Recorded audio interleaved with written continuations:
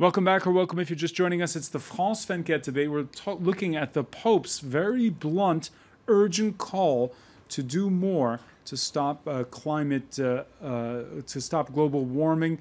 It's coming out in an encyclical that will be formally published on Thursday. With us to talk about it, Father Aidan Troy of St. Joseph's Catholic Church here in Paris. Welcome back, sir. Welcome back to Paul Watson, founder of the Sea Shepherd Society. How many boats have you right now on the? We have 9. 9, and where are they? 1 in Australia, 2 in Florida, 1 in Cape Verde, 2 in Germany, 1 in the Faroe Islands, and 1 in Costa Rica.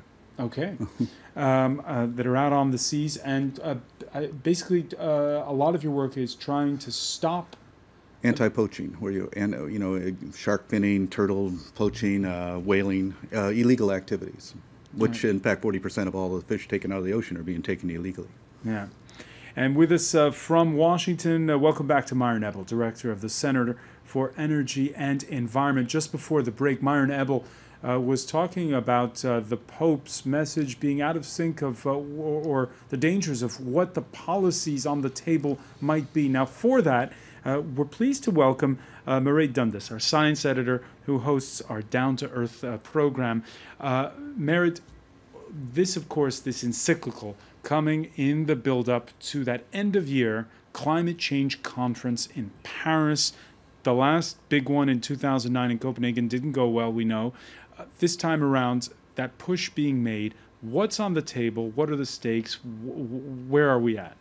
I think we can say quite comfortably that we're in a considerably better position than we were in just the days before Copenhagen. And that's thanks largely to the world leaders today, German, French, American, Chinese. I think we've never seen developed and developing countries leaders seem so motivated to get a common deal as we are seeing right now. And let's be clear, it's those leaders that will make the difference. But on the table, what do we have now? Well, we've got a negotiating draft text. It's 89 pages. They've just brought it down to 85 after 2 weeks of talks, so you can see that there's a lot more to do, but it's going in the right direction. We've also got almost 40 countries that have come forward with their proposals on how they will curb carbon emissions post-2020. We've just heard China is going to announce their proposed contribution by the end of this week. All eyes will be on that, obviously. But after all these rather optimistic kind of ideas, we get to the question of finance. There was a promise, 2009, $100 billion per year from 2020 for developing countries to mitigate climate change. The Latin American countries, the African countries, they have not forgotten this promise. In fact, some of their contributions are conditional on receiving this money.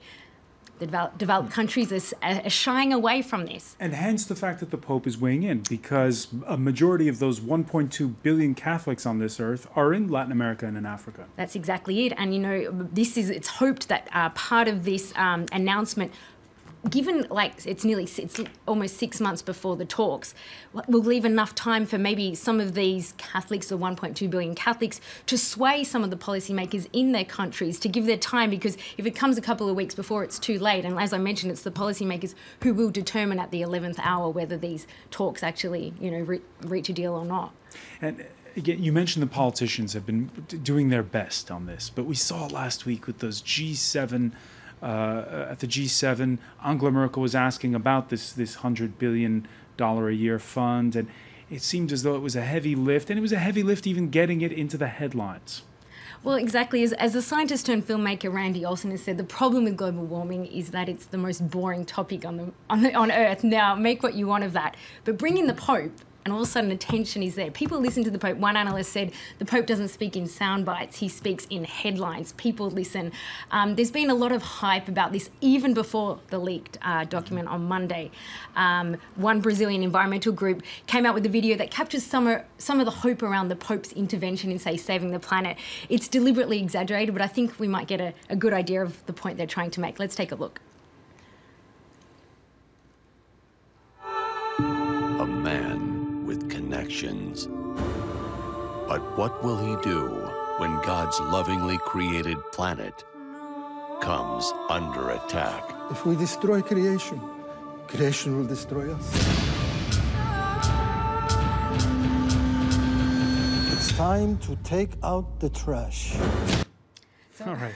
So it's kind of like the trailer for a blockbuster film. Exactly, and the Pope is obviously the superhero in this. So, you know, right now with less than 6 months to go, the Pope and his discourse and, you know, taking the courage to go out there and continue this debate is really being seen as like a step up in terms of generating attention.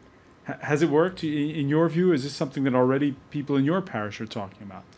I think it's very hard to gauge it, and a lot of people will wait to see what way the reaction's going. But I do think he's doing something very subtle also. Besides, I'm not a scientist, I don't have the experience, but I think he's as much saying that we have to redefine how humans are on the planet rather than saying we just have to deal with global warming, etc. Because there is a false interpretation of Scripture which would say that when God created, he gave dominion.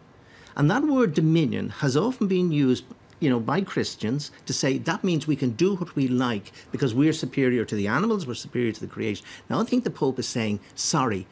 He's, in fact, in the leaked document, he says that is wrong. So he's trying to get a different approach from human beings, as well as from science, as well as from all the things that people see. Now, I think that might be something that I could do something about to try and change minds and hearts of people on the ground, as well as the big picture, which, you know, we're going to see. What do you say? Because Myron Ebel was saying before the break that the Pope can weigh in on the topic, but you have to be careful of the policies you pick because they could have unintended consequences. Do you know, I honestly believe that we're at a stage now, certainly in the Catholic Church, and I'll just hold myself to that, just supposing, I think, per impossibile, through the impossible, supposing he is wrong. There's worse things than being wrong. He may be wrong on individual parts. The point is he's not wrong on the intent. And therefore, when he says this, he actually knows what he's doing. He may be 100% right actually on the science and on the approach. He could be. But supposing he wasn't. Okay, of course it was wrong on Galileo. We know that. But I'm saying now that if it was wrong, all we can do is say, sorry, but the intent is so good and so positive. Myron Ebel? Very good intentions often lead to very bad outcomes. The fact is that the world is not energy rich, it's energy poor. We have a huge number of people, particularly in the southern hemisphere and India, who lack either any electricity or regular electricity, do not have access to modern transportation. And so intentions can go bad. And as for this, you mentioned the Green Climate Fund, $100 billion a year from the developed world. Well, a big chunk of that will have to come from the United States, and I have bad news for you. The House of Representatives, in its appropriations bill for these things, has already explicitly said no to President Obama's request, not for a few billions, but for $500 million. That is $500 million. And the House of Representatives here in Washington is not going to go along even with that. So I don't think that this transfer of wealth, this $100 billion a year fund, is ever going to get off the ground. Paul Watson? Well, this is going to lead to a lot of social chaos. Bangladesh isn't going to exist in 2050. The countries that are taking this really seriously, the Philippines, the oceanic countries, Florida, they've got $150 million allocated for trying to find out why the sea's rising, but they're not allowed to mention the word climate change. You know, we know what's going on, but there are solutions. There are solutions that people don't want to hear, but solutions like, for instance, more greenhouse gases are produced by the animal husbandry industry than by transportation. The raising of and killing of 65 billion animals a year. And if we shift everything to a plant-based diet, that would mitigate a lot of that. The other thing is we have to look at where the life support system of this planet is, and that is the ocean. And we are destroying the ocean. We've taken 90% of the fishes out of that ocean. We need to replenish biodiversity in our oceans. And what we need to do immediately to accomplish that is to shut down every single industrialized fishing operation there is. The draggers, the trawlers, 100-kilometer long longliners and drift netters, shut them down. Leave fishing to people who can go out in a boat and catch a fish, because there will be no fishing industry. Now, you touch on something here because the Pope making this statement has impact because he's somebody who's transnational, right? He doesn't belong to one country.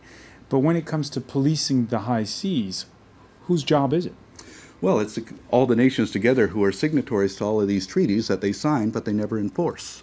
So there's simply chaos on the high seas because we have all the laws and treaties we need, but a lack of economic and political motivation to uphold them. That's why we go out and do what we do. We uphold international conservation law because nobody else is doing it. But by 2048, according to the United Nations, according to top scientists around the world, oceanographic scientists, there will be no fishing industry because there will be no fish. And here's the thing. If we remove for instance, the whales, we killed 300,000 blue whales alone in the 21st century, took out 90% of them. What do whales give us? They give us incredible nutrients in the form of iron and nitrogen, which feeds the phytoplankton, which feeds the zooplankton, and phytoplankton provides 80% of our oxygen supply. And since 1950, we've been seeing the phytoplankton populations diminish by 40%. There are a lot of problems out here, and denying it is not going to make it go away. When he says, good intentions lead to bad things, I'll tell you, bad intentions is what we're seeing here definitely lead to bad things. I think in the version I saw, and I suppose I shouldn't have read the leaked version because the Vatican was very annoyed, but allowing that I did read it, I think there was a suggestion by the Pope that no nation on earth, I don't care how powerful, should be given a veto. And he was talking about creating some way, and I know we don't want another body, we have the United Nations, but an effective way of implementing what he's talking about. So not only has he, as it were, thrown out the bait to keep the fishing analogy going, he said, and now here's how we're going to deal with it. Now, I'd need to see the final version tomorrow, and if I was ever back in the next year, I'll tell you if it's in it. But I do think that's important, that we don't just have an aspirational encyclical, but we have an encyclical that can be realistically implemented. All right, front page of the Washington Post this Wednesday, the story about drought. Now, currently, droughts are causing serious rationing in places like California, possibly even a major food crisis in North Korea. A decade-long study by NASA shows 21 of the world's 37 largest aquifers in locations really around the globe, from India and China to the US and France, have passed their sustainability tipping points. The trend likely to worsen as the world relies more and more on underground water sources. Myron Ebel, what was your reaction when you read that story in the paper? My response is this. The modern world can deal with droughts. In my part of the world, in the western United States, there's a big drought. There have been several big droughts during my lifetime that I can remember, and I'm sure there were some even bigger ones a few hundred years ago. People have survived these droughts because we have access to modern technology, modern transportation, modern energy. People in North Korea are not going to survive a drought because they're living in close to what is the Stone Age. So I propose that we pursue policies that don't put us back in the Stone Age, but move poor people in poor countries into the modern world with access to modern energy. What the Pope is proposing and what the global warming alarmists are proposing would prevent that. And so, and by the way, Mr. Watson is just simply misinformed about sea level rise. I mean, but I do agree with Mr. Watson about UN treaties that people sign and don't bother to enforce. And this, I think, the Global Warming Treaty is another good example of that. All right, when you're saying they should have access to modern energy, what do you mean? Electricity. And by the way, the number of people who can have electricity really depends on the cost of that electricity.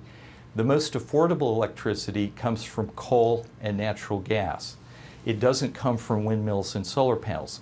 There may be technological breakthroughs in the future, but for people living today, if you're living in India and you want to have access to any electricity at all, it's going to come from a coal-fired power plant. That's the reality. The wind does not blow in the subtropics. Windmills aren't going to do it for them. So, I think a lot of these claims that the world is suffering already from the impacts of climate change, they are not justified or supported by the official science of the IPCC reports, All right, which find no trends in droughts, floods, severe weather events. Paul Watson, does the wind blow in the subtropics?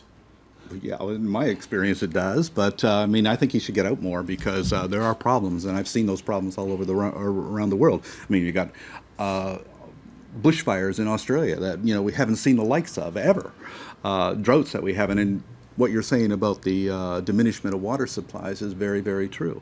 There's a law. There's 3 laws of ecology and that first is the law of diversity. We need diversity. The second is interdependence. That everything is interdependent on each other. But the third is the law of finite resources. There's simply a limit to growth. And what we're doing is stealing the carrying capacity of all these other species, driving them into extinction so we can increase our consumption. And that's not going to end up in any place that's very pleasant. All right, so finite means at our disposal. That means changing habits. It means conservation. And you could say throwing palm oil in the fire of this debate is France's environment minister, Ségolène Royal, this week saying we should stop eating Nutella, a chocolate paste packed with palm oil, and palm tree plantations mean the cutting down of tropical rainforests. And she's right. We have to stop eating Nutella, for example, because it has palm oil. But Nutella's so good. Well, we have to stop, because palm oil has replaced trees. You could ruin a company saying you shouldn't eat Nutella. Well, they should use other raw materials. All right, that got Italians up in arms. Nutella made in Italy by Ferrero at the World Expo in Milan. The wife of the Italian Prime Minister, Agnese Landini, for the cameras, sampling with her daughter a crepe filled with Nutella. And by the way, later in the day, Ségolène Royal backtracking, saying 1,000 times sorry is what she tweeted, Mary Dundas. Well, the show that she was on is often renowned for kind of catching politicians off guard, and I think she's made a couple of gaffes in recent weeks. She'd said that the UN talks were completely inadequate for the urgency of climate change. Now she said this, she's backtracked. In fact, the Environment Minister had said that to leave Italian products alone, and he'd said that for dinner tonight on Twitter, he said he was going to have Nutella with bread. Ségolène Royal has clearly realised the mistake she's made here. There's palm oil in many French products as well, so she's definitely backtracked. So that's the reason she's backing down? Well, I'm not sure the reason. She didn't make a mistake. She was absolutely right. Well, I think it was, I mean, it's just that it's not, is it her place to... It is her place. She's the Environment Minister. But is it, I mean, until France has got no palm oil in its products, have you been in a supermarket Nobody in should France, have palm oil. It's destroying the orangutans. It's destroying the rainforest. Nobody should be using it. Well, in fact, Ferrero came out, they issued a statement straight away saying that they guarantee that they're using sustainably sourced. Oh, sustainable, that's another word for business as usual. Maybe that's their argument. Sustainably sourced palm oil. And yeah, I think it was Brazil, Papua New Guinea, and Malaysia. But what does that mean? It's a palm oil plantation is a palm oil plantation. Well, I suppose it's existing on existing fields. It's not cutting down primary forests to plant. It's a word. That's all it may be a word, but that's there is a body. There's a group of approved suppliers of palm oil, and they're saying that they're supplying it through this body. Father Troy, this brings us back to the Encyclical once again, and that is the question of if we're going to follow through and cut down on carbon emissions, we have to change our living habits. So does that mean a more ascetic future? I think this would tie in. I know it's not an easy message, and I'm glad you didn't ask me about Nutella because I'm a honey man myself in the mornings. But I do think that is part of at least the consistency of the Pope, that he is talking about a simpler lifestyle. He's not going around in chauffeur-driven cars all the time. He's going around in smaller. He is trying to lead by example, and I think this is, in a way, whether you agree or disagree with him, this captures very well on the world stage a man who's prepared to step out. Now, don't forget, he's in his late 70s, so he's not in it for the glory. And he will be gone in a few years' time, either by resignation or by death. And I think it is a wonderful testament to anybody to step out on the world stage and then to hear he's going to be taken on from all sides on this. All I can do is say, I'll pray for him, I'll work for him, and I'll do the best that this will work out well. All right, we'll leave it there. I want to thank you, Father Troy. I want to thank as well Mary Dundas, our science editor, Myron Ebel for being with us from Washington, and Captain Paul Watson. But stay with us, please. Our Media Watch segment is next.